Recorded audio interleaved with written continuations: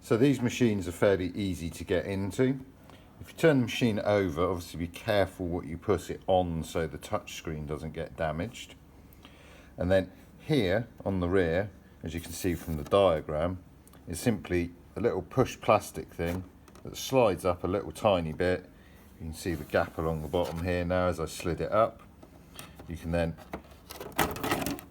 take the top off, and depending on the model of your machine, the hard drive should be here in this blue cage, and again, as indicated by the icon, push down here, and then as indicated by the arrow, slide out to the right, and you can now see here that the hard drive is unplugged from the connector.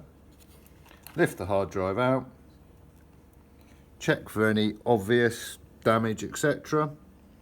And then when you come to put it back in again, you can see here the lugs, the locating lugs on the blue carrier come into this slot and then slide forwards, which then engages the hard drive back into the connector down here.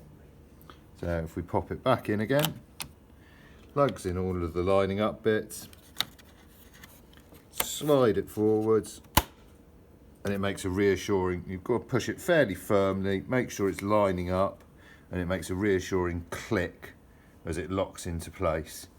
And I suspect that it's sort of become unclicked in transit.